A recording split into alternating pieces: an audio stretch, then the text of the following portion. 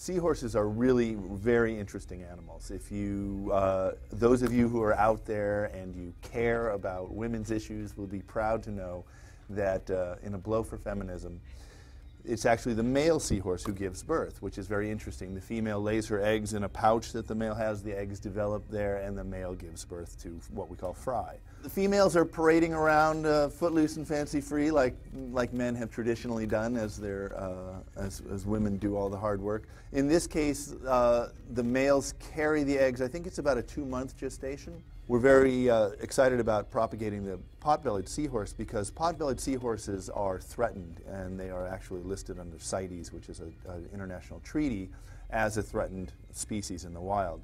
They're found off the rocky reefs in Australia, the Indo-Pacific region, in shallow water, and they're subject to a lot of pressure for use in traditional medicines, in the pet trade, and as just sort of, curios that they in the tourist trade. So they've been really hit hard. So for us to be able to successfully propagate that species means a lot, not only here for our exhibits and for our guests, but for international conservation.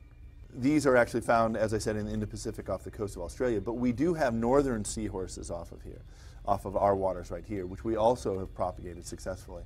Northern seahorses are actually, there is some legislation pending on the state level to try to protect them because their populations too are in trouble, which is actually one of the reasons why the Wildlife Conservation Society's New York Aquarium is working so hard to protect our local waters.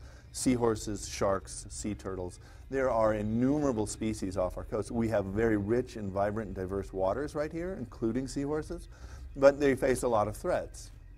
So we're working to both educate people about the animals that live here, the great habitats that are found off our shore, the diverse cultural heritage that we have as New Yorkers, and then also to protect those areas. Once people understand them and love them, I think they're more inclined to protect them, and we're working very hard to do that.